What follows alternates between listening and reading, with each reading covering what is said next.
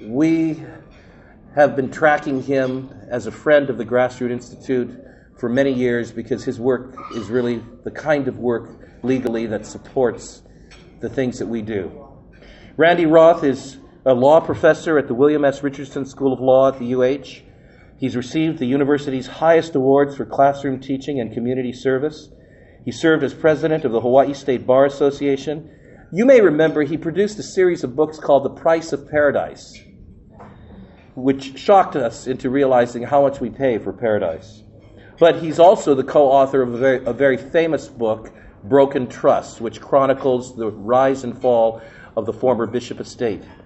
He also served as a consultant to a wonderful movie called The Descendants. I encourage you, if you've not seen it, get a DVD copy or watch it online over the holidays. You'll be charmed to realize that Hawaii is definitely the home for those who may have lived here hundreds of years ago, and it's also the home for those who've come from a far place as well and made it their home. And I think that the movie Descendants helps to affirm that Hawaii is for people of all races and all cultures and all backgrounds from across the world. We are all Hawaiians. And his screenplay won an Academy Award for Best Screenplay, or he consulted on that. In 2000, Randy Roth, the Honolulu Star-Bulletin, included him on its list of 100 individuals who made a difference in Hawaii during the 20th century. Some of you, well, actually, I think everybody here was around in the 20th century. So we have an icon today. And I want to say this, just on a personal level. Randy has been an inspiration to me as a model of professionalism, as a model of the combination of academic scholarship with activism. And I saw him from afar when I was involved behind the scenes with the Kamehameha School's people as an alumnus during the Broken Trust era, and admired his work. But since then, I have been deeply appreciative that in light of the fact that many of the faculty at the University of Hawaii, as well as the law school, do not really stand for the preservation of the Constitution, Randy Roth has stood for that. And we welcome him today. We honor him. I hand over this next hour to you, Professor Roth. Please join me.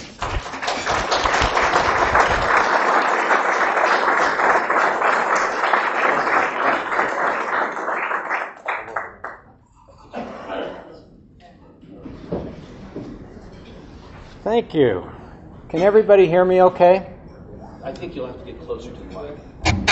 How's that? Everybody can hear me? Yeah. All right. I'm an academic, and academics are supposed to give academic presentations, but today I'm not. Today I'm going to just tell a story. It's a real story about real people. I especially like it because it's a local story, one from right here in Hawaii. After I've done that, I'm going to show you kind of a movie of sorts. It's a 12-minute report on the same story, but as seen through a different lens, as seen by professional journalists from outside Hawaii. And then I'm going to invite you to help me figure out exactly what the moral of this story is, whether there are any lessons that we have learned. The story, of course, begins with Princess Pauahi, and as probably all of you know, Princess Pauahi was the last of the Kamehameha line, owned a great deal of real estate at her death, and she placed it in a trust. It was a charitable trust with 5 individual trustees. Those of you who aren't familiar with trust law, if you look at her will, the recipients of almost all of her real estate were 5 individuals, but in trust. So those 5 individuals actually owned her property, but not to use for their own benefit, but to use for the benefit of people intended to benefit by Princess Pauahi from her trust. The terms of the will are really quite interesting, but the only ones I want to mention in telling my story today is that the mission basically was 2 schools, one for boys and one for girls, to be known as and called the Kamehameha schools. That's what the princess wanted done with her legacy. One of the last provisions in her will spelled out that as the various individuals that she had named as trustees, as they died or retired or became disabled and could no longer serve as a trustee, that their replacements should be selected by the justices of the Supreme Court. That was the Supreme Court of the Kingdom of Hawaii, and the provision in the will was actually redundant because at that time the Supreme Court had original jurisdiction over probate matters. So even if the will had not said this, the vacancies would have been filled by the justices of the Supreme Court acting in their official capacity. If we fast forward to the 1990s, again, this is a real story, and many of you are quite familiar with at least the outline of the story. What we find is that according to the Wall Street Journal, Princess Pauahi's legacy has grown tremendously. It is now, according to the Wall Street Journal, the nation's wealthiest charity. They did not arrive at that statement quickly or easily. The financial statements of what was then called the Bishop Estate, this charitable trust that Princess Pauahi had established, the financial statements were notoriously unhelpful in figuring out exactly what it is that was held in trust and what its worth was and a number of other important questions. But the Wall Street Journal had sent out a team of investigative financial reporters who went through everything and said to the best of their knowledge the charitable trust at that time was worth about $10 billion. To put that into context, at that time, the endowments at Harvard and Yale together were worth less than $10 billion. If you add in Princeton's endowment, it was greater than $10 billion, but not a lot greater than $10 billion. So the Wall Street Journal front page series trumpeted this charitable trust as the nation's wealthiest. 2 years later, the New York Times did a story, and on its front page, they described just the land that is not on the balance sheet. Just the land that is not there because it's non-income producing land. They described as a feudal empire so vast it could never be assembled in the modern world. According to literature from the Bishop Estate, it includes 63 miles of ocean frontage, and again, it doesn't show up on the financial statements. It is in addition to what today is somewhere in the neighborhood of $9 billion of financial and income-producing assets. And now, in the 1990s, the justices of the Supreme Court, now the state Supreme Court, are still selecting trustees, but they're doing it unofficially. They can't do it officially because jurisdiction for that has shifted to the probate court.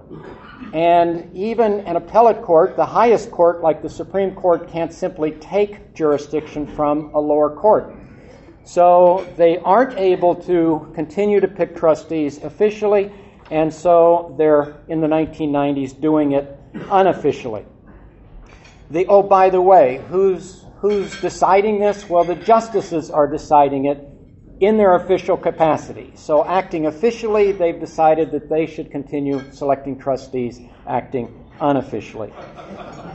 In the 1990s, you've got this large charitable trust, and there are, by law, a number of watchdogs, people whose official position is such that they have the authority and the responsibility that goes with that authority to hold the trustees accountable, to make sure they're not breaching any of their fiduciary duties. One is the state attorney general. In Hawaii, we're one of just a handful of states where the attorney general is appointed by the governor. And sometimes attorneys general over the history of Hawaii have been accused of acting politically. Maybe they were acting politically in this story, maybe not. That's one of the things you can decide. But as of the 1990s, no attorney general had really taken a close look at how the trustees of the Bishop Estate were doing. The probate court in Hawaii has its own jurisdiction, and it can act sua sponte, on its own, even if the Attorney General, who has standing to bring issues in front of the probate court, even if the Attorney General doesn't act, the probate court can.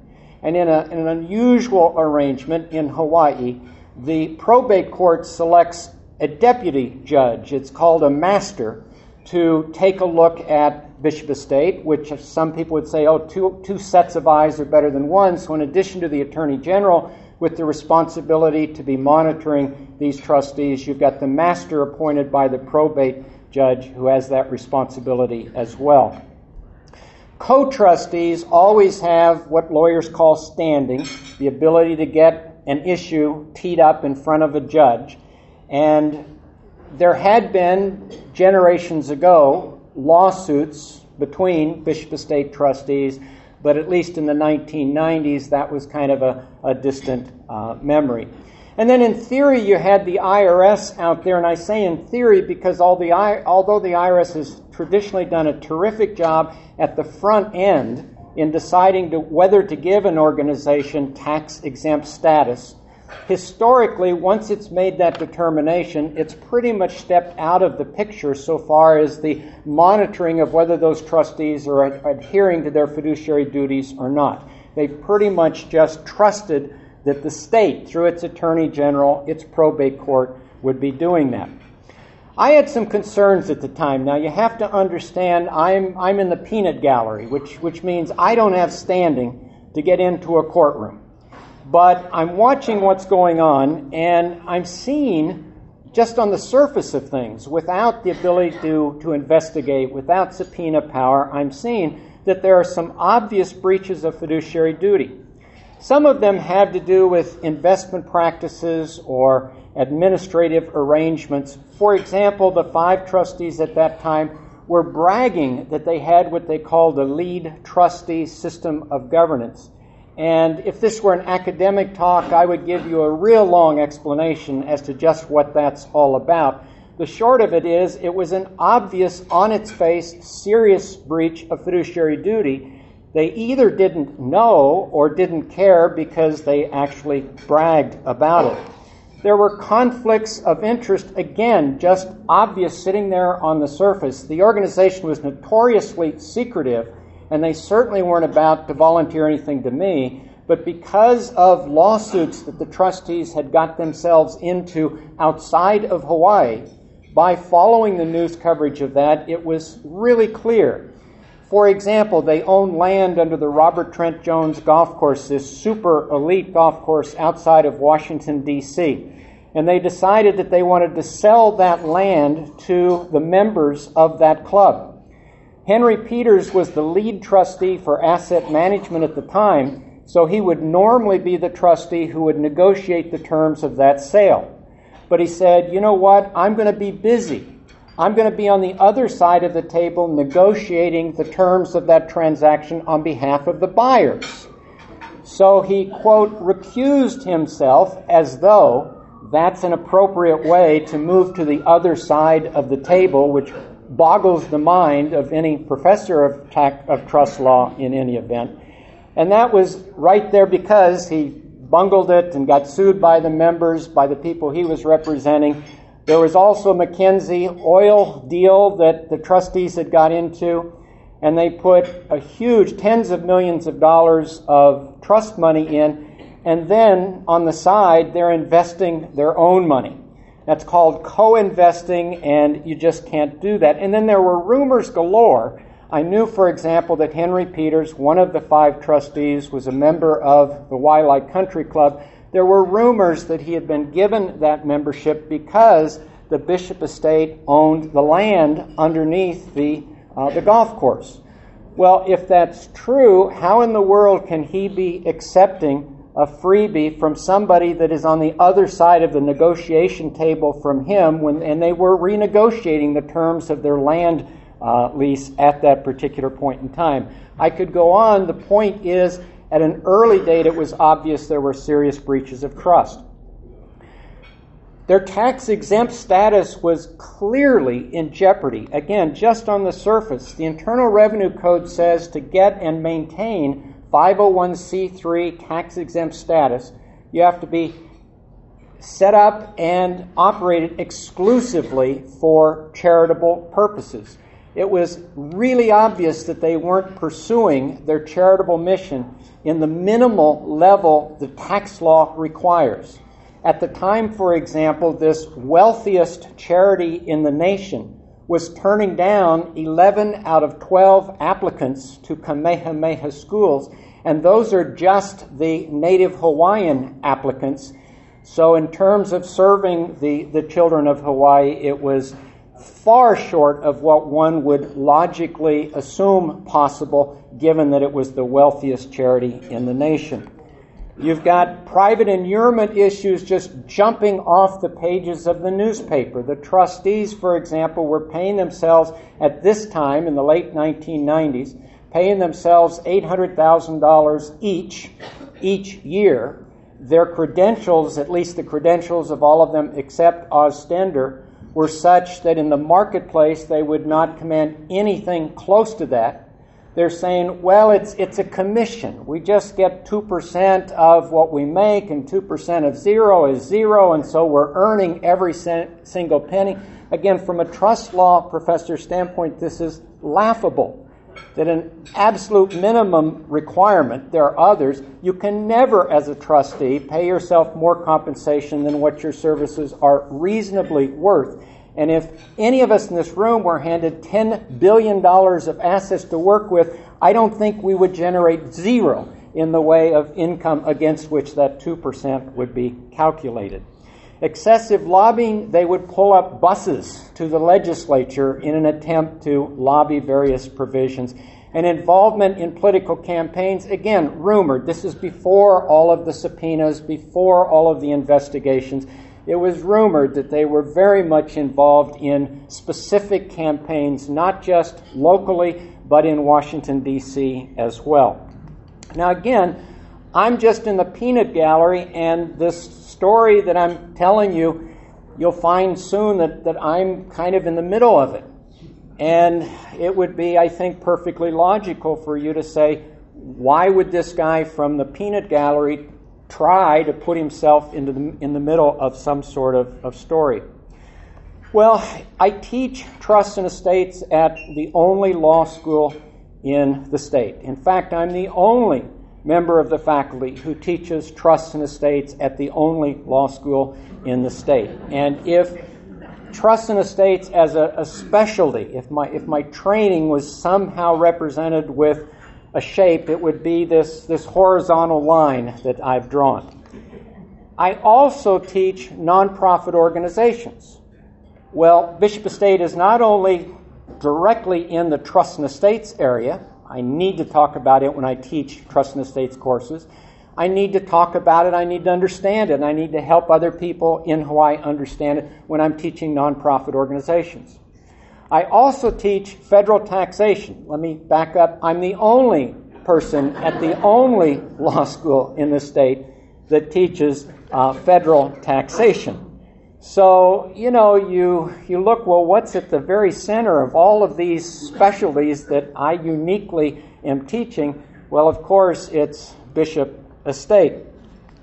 Now, you may remember I had a slide a minute ago showing my various concerns. I left one out. It looked from a distance as though somehow or another trustee selection of Bishop Estate trustees by the justices acting unofficially, that it was somehow influencing judicial selection in a bad way. The word that I used at the time in speaking and writing was it was corrupting the judicial selection process. So remember that drawing where I've got 3 lines crossing right at Bishop Estate? There's actually a 4th line, because I also teach professional responsibility at the law school, and for many years was the only professor of professional responsibility at the only law school. And one of the things we cover in professional responsibility, well, one of them is how lawyers are supposed to behave, and the story I'm telling could be subtitled Lawyers Acting Badly.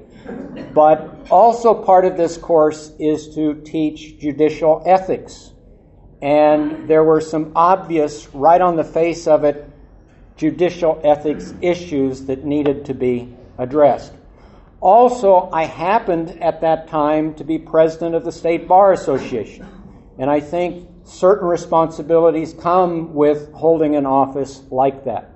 So now we've got even more lines crossing, all in the exact same place. Obviously, Bishop Estate, we've already seen, is there, but now the Hawaii Supreme Court obviously is in play as well. Well, let's do a quick review of the key players in my story.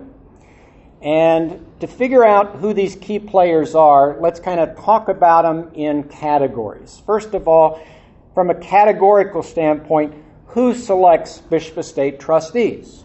Well, obviously it's the justices of the Hawaii State Supreme Court, acting unofficially. They acknowledge that it would be absolutely wrong for them to do it officially, so I guess on a figurative basis they're taking off their robes so that they can act unofficially.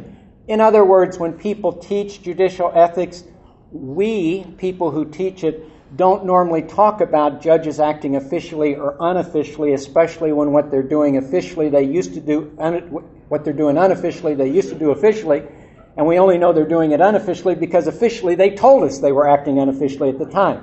It's nonsense.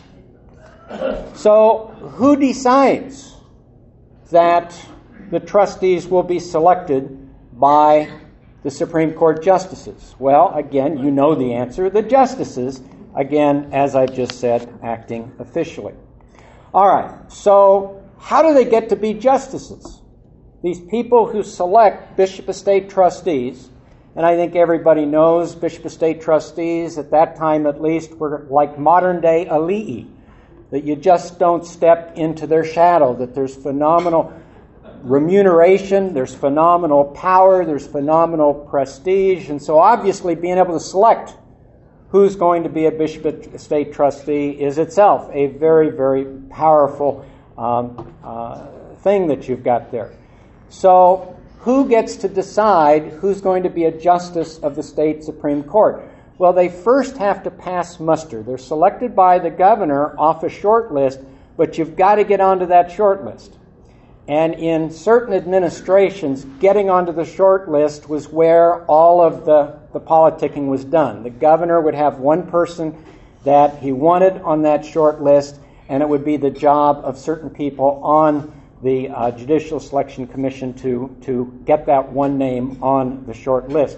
So who creates these short lists? Well, I already told you. It's the Judicial Selection Commission, right? So there we know who picks the people who can be named as a justice of the Supreme Court. And like I say, it's not that there's just 6 names out there and each one has a 1 in 6 chance. There are 6 names out there, and at least at certain times, like at this point in time, the one name has a 1 in 1 chance of being selected.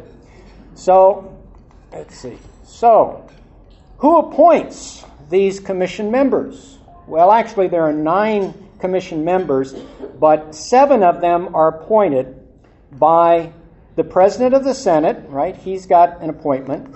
The Speaker of the House got 1 or more appointments. The Chief Justice of the Supreme Court and the Governor. Okay, so the trustees are selected by the justices. The justices indirectly are selected by the commission, and members of the commission are selected by the President of the Senate, the Speaker of the House, the Chief Justice of the Supreme Court, and the Governor. So who were Bishop Estate trustees in this period of time that I'm now referencing, the 1990s? Well, there was a President of the Senate, and there was a Speaker of the House, and there was a Chief Justice of the Supreme Court, and there was a governor's closest confidant who only was there because an all-out attempt to name the governor himself had failed. That's my favorite chapter from the Broken Trust book, Gladys Brandt's telling of the so-called Blue Ribbon Panel's experience. Well, I believe in callings.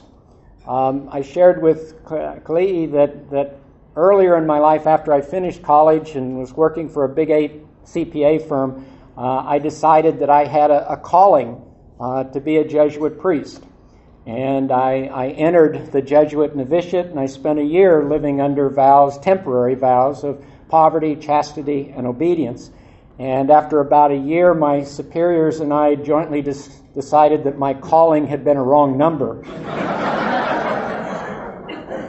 I still think if they would have given me a waiver on that vow of obedience, I'd still be there, but they didn't. So, at any rate, how in the world did I get off on that? So, I know. I believe in callings. I'm the only professor at the only law school basically teaching the courses that are all relevant here. And so I'm thinking maybe I've got a special responsibility. In other words, it would be shameful if I didn't do what I could do to help the public understand that there were some real problems here. So put together a group of people, and David Shapiro, in his introduction to our Broken Trust book, he said, what was in that manifesto, the so-called Broken Trust essay, was very, very powerful, but he said what really gave it its power was the stature of its authors. Actually, he said the stature of 4 of its authors, and I was the 5th.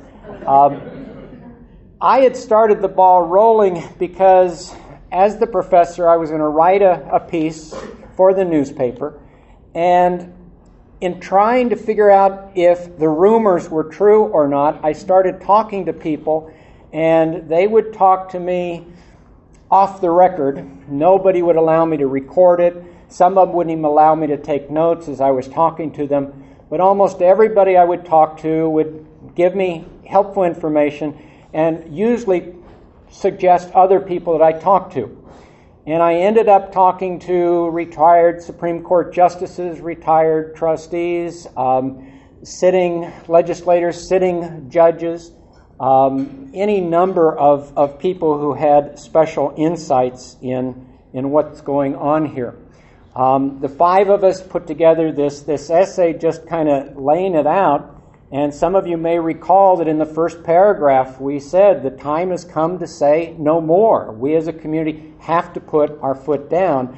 And many people think of the Broken Trust essay as having been focused and pointed at the trustees. Actually, I think it was at least as focused on the judiciary in general and the Supreme Court justices in particular. In fact, in talking about the selection of trustee process, we wrote, clearly the princess intended a sacred trust, but what we ended up with is a political plum. So what happened after this thing appeared? And just a real quick side note, we wanted to get it in the Advertiser because it was the big newspaper. I was kind of the runner for this group of 5 co-authors, and so I tried to meet with Jim Gaddy, who was the editor of the Advertiser at the time. I was told that it could never run without his approval because it was obviously going to be very controversial. Everybody expected it would result in lawsuits, that the 5 of us would be sued. That was the modus operandi of the trustees, to punish their opponents with lawsuits that became prohibitively expensive. So I understood his hesitancy, but after he canceled appointments with me 9 straight times, I went down, said I need to see him. They said, no, he's not available. I said, call the police if you want. I'm not leaving until I've met with him. Fortunately, a couple of hours later, he came out. He was angry, but he met with me. It may sound crazy for somebody to go say that, but I had gone back to the 4 giants that I'm just hanging on to their ankles and saying, well, I can't see him, he's canceled. And they said, you get in there, you figure out a way. Well, I ended up seeing him, but he ended up saying no. Fortunately, the afternoon newspaper, the Star Bulletin, was still alive at that time. It was dying. Its circulation was much smaller, and it was shrinking. It had been on the market for quite some time. Any buyer had to assume the liability and the union contracts, and nobody was bidding anything to take over the Star Bulletin. So it was on its last leg, which I think is one of the reasons why it said, sure, we will publish it. Well, within weeks of that essay coming out in this story, there were 5 separate investigations going on. A court-appointed fact finder, that was Pat Yim. A court-appointed master, that was Colbert Matsumoto. The Attorney General at that time, Marjorie Braunster, was instructed by the governor to investigate. The Campaign Finance Commission, which was Bob Watada, had his investigation going. And I was contacted by the IRS and asked where we had gotten the information that we had put into that broken trust essay. I couldn't give the identity of all of the sources, but I could give enough information that they felt it was credible, so they threw a lot more resources into their audit that they had already begun. Of course, the critics were criticized. Our motives were called into question, not just by the trustees, which you would expect, but they put pressure on various members of the business community who were publishing their criticism of us, the critics. One of the Supreme Court justices told my boss at the time that I was flirting with disciplinary proceedings. For non-lawyers, that means I'm looking to get disbarred if I don't watch out what's going on. Who's in charge of deciding what lawyers get disbarred or not? That's the justices of the Supreme Court. But there are also death threats. Lori Ann Childers, who was the head of technology at Kawaiha'a Plaza, the headquarters for the Bishop Estate trustees, she had been called into work on a weekend and instructed by one of the trustees to wipe clean a server. And she said, well, I've read in the newspaper that there are investigations starting up. Is this appropriate? And the trustee said, I told you to wipe it clean. So she did. But then she contacted the Attorney General and said, I don't know if I did the right thing, the wrong thing, but I want to tell you what happened. She told her story. Within an hour, she had gotten, or her home had gotten, her husband answered the call, an anonymous call threatening her life. She was given an armed guard that would accompany their child on his way to preschool and back. After living that way for several weeks, she and her husband sold their home, moved to the mainland, and refused to cooperate in any investigation of the Bishop Estate trustees. As these investigations got rolling with their subpoena power, it soon became clear that these trustees had set a world record for breaches of trust. They were up to their eyeballs in various political campaigns, including congressional candidates from Hawaii, not to mention county and state candidates. Consulting fees, retainers, salary, people on the legislature. One of the investigators from the Attorney General's office said she thought that at least half of the members of the legislature had some sort of connection, making them to some degree beholding on the trustees of the Bishop Estate. Probably you'll recall that Milton Holt, who was head, I think, of the Finance Committee at that time, was an employee of Bishop Estate and given a credit card, which it eventually in these investigations became known that he'd used in Las Vegas casinos and local strip clubs, run up tens of thousands of dollars of expenses. Oh, by the way, when that came out and there was pressure on the trustees to get Milton to pay that back, they gave him a bonus, which to the penny was equal to what he owed plus the taxes on the bonus. They grossed it up so that he would not be one penny out of pocket in, quote, making good on his inadvertent misuse of this credit card. Redirected invoices, there would be people. Marshall Ige was in the Senate at that time, and Marshall ended a campaign in debt, had bills, contacted the Bishop Estate trustees, and they said, have that company rewrite the invoice, send it to us as if we were the ones who had benefited from that sale rather than the campaign, and then they paid it. Side deals, the hundreds of thousands of dollars spent on lawyers preparing the paperwork to move the situs of the trust from Hawaii to a Sioux Indian reservation in South Dakota, attempting to get out from under the jurisdiction of the various agencies that were investigating the trustees at that time.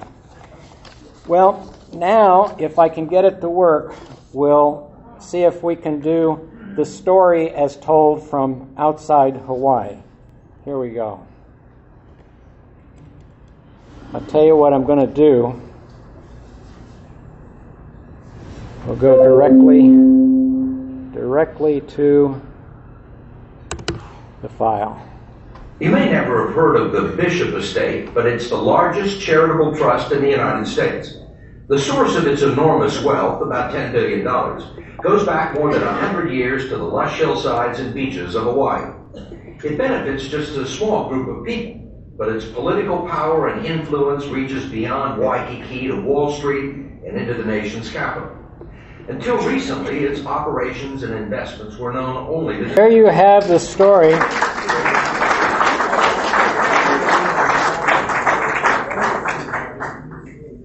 There you have the story as told outside Hawaii, looking this direction. People who weren't here then maybe are wondering, well, how did all of this end, right? It was still going on, if you will, when the 60-Minute report came out. Well, the IRS was accused by the trustees of having overstepped its bounds in forcing the trustees out. The trustees called it a form of extortion. When academics get together, they kind of agree that the IRS went beyond what the IRS was supposed to do. I'm glad they did what they did. I think they had to do it. I think the local judiciary was not going to pull the trigger. But quite frankly, the IRS did something that they had never done before and have not done since. And when I talk to senior officials at the IRS, they say it was just a totally unique situation. It was something that couldn't continue. They thought what they did was the right thing to do, but they've not done it to another charity since. The trustees, as you saw, were removed. Once they were removed, the lawsuits started. I mean, you can imagine a trustee who had paid a lot of money to lawyers for years would be saying, hey, if I did something wrong, it must be because I didn't get good legal advice. So the lawsuits started flying. But then all of a sudden, because of a huge insurance policy, kind of an officers and directors kind of policy that the trustees shouldn't have bought but did, was out there, and it was used to grease the slicks on what was called a global settlement, the terms of which were confidential. And everything just went away. The trustees didn't have to repay any of what they had wrongfully taken. The Attorney General dropped a $200 million lawsuit against them. The IRS dropped, they were going after $50 million from each of the trustees. Everything just ended. And in explaining why this was put under wraps, it was not public. It was so the community could have closure and healing. Maybe that's not your version of the moral of the story. Well, that's the story. And I'm really anxious to hear, and I would just ask you to keep your comments as brief as possible so that we can hear from as many different people as possible. But what do you think the moral of this story is? It's a real story. It's here in our home. Is it in the past? Does it say nothing to us going forward? Or is there a moral that has lasting value? And by the way, when everything got swept under a carpet, that's when Judge King and I decided we had to tell this story in a way that would be as permanent as things in this world can get. And so we did the Broken Trust book. As you may or may not know, all royalties from the Broken Trust book go to early childhood education charities here in Hawaii. Judge King and I just wanted to do everything we could in our words and actions to make clear that we didn't do what we did for individual financial gain. So, what do you think? The moral of the story? Let's have a hand for Professor Roth. Thank you very much. Randy, excellent presentation. Thank you. As Randy said, he welcomes your questions, and so would you kindly make your way to the microphone up here and line up, and love to have you ask your questions. The only thing I ask is that, in the interest of time, just ask your question in one sentence or two, and if you want to share something, Randy will be around later on. So let us know who you are, Richard, and go ahead and ask your question. Thank you. Thanks, Randy, for your sharing and for all you've done for us over the many years.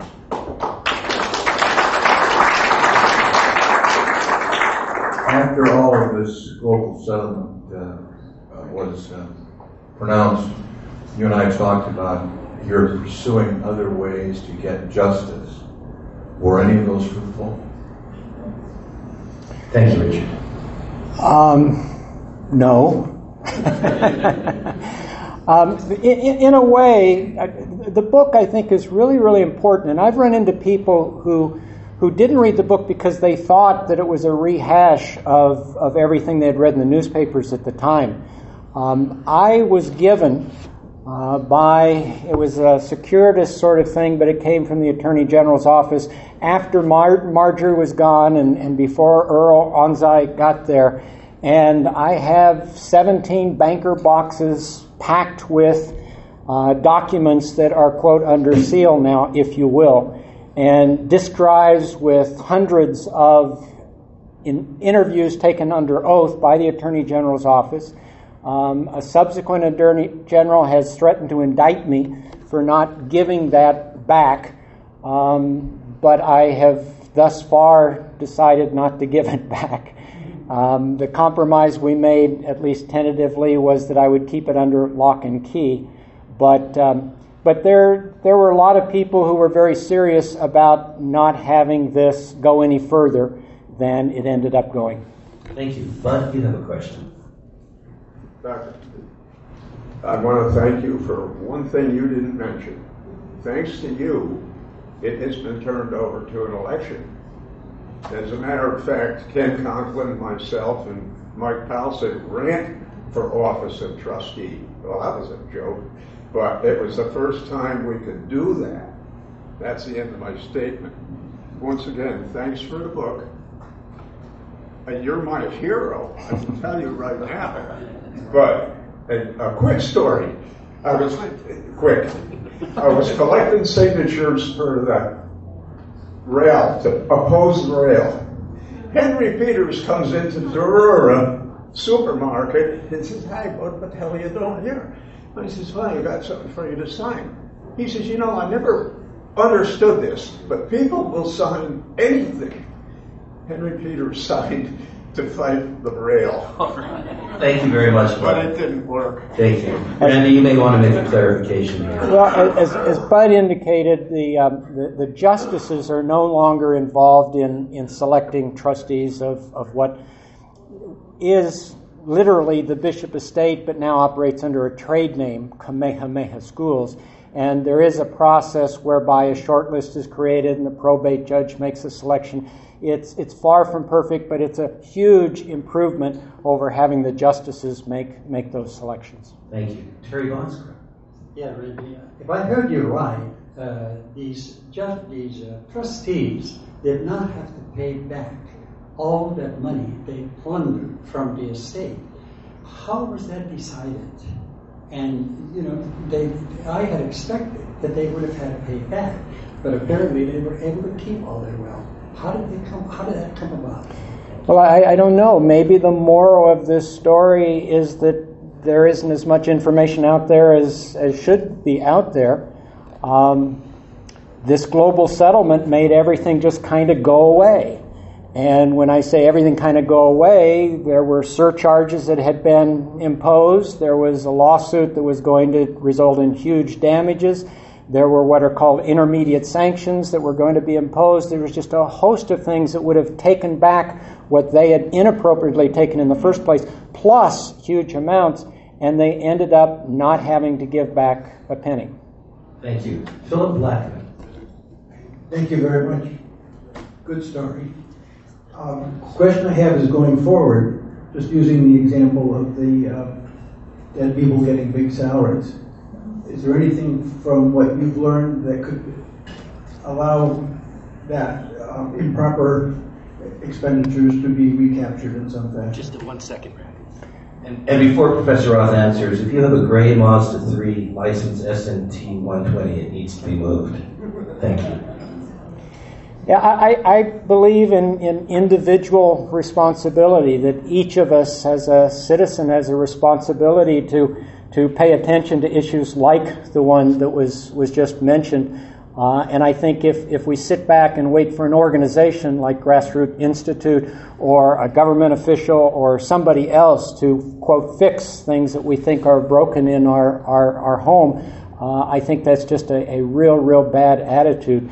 So I guess what I would suggest is there are a lot of things out there that would strike some of us as needing attention. And if each of us takes upon ourselves to do what we can, given our own background, given our own interests, given the circumstances of life, etc., if we can all be trying to make our community at least a little bit better, let the trust professors explain trust law, but everybody's got something that they can do to try to put a spotlight on things that need a spotlight on it, or other ways of dealing with broken things. By the way, I've got a bunch of articles I've written up here. If anyone would like a copy of any of them, one is called Politics in Hawaii Is Something Broken? But there are a number of other articles that you might enjoy reading. And I have some copies of the Broken Trust book that are signed by Judge King as well as myself. And if anybody would like to acquire one for giveaway as a gift or whatever, they're $20. But you please help yourself to the articles and purchase a book if you would like. Very good. And anyone else who has some questions, feel free to make your way to the line. We have time for a couple more. Mark Toriano. Professor, are there any organized crime connections and issues to the Kamehameha School's Bishop Estate issue? I don't know of any connection to anything that would be described as organized crime. And there's a reporter here, by the way, Randy. I just, a couple of days ago, I finished reading Jim Dooley's book, which I highly recommend. And Jim did a lot of reporting at the time and did a marvelous job of retelling the stories now of a lot of organized crime activities in Hawaii during his time as an investigative reporter. I recommend that book to you. Now, I don't know of any organized crime connection, if you will, to the story that I was telling. Thank you. Speaking of Judge King, we have his daughter-in-law, Attorney Adrian King. Thank you very much, Randy. I lived through this story, but mostly in my law office because I was working but I was hearing all this stuff, and the lawyers heard all of this stuff before it was printed in the paper.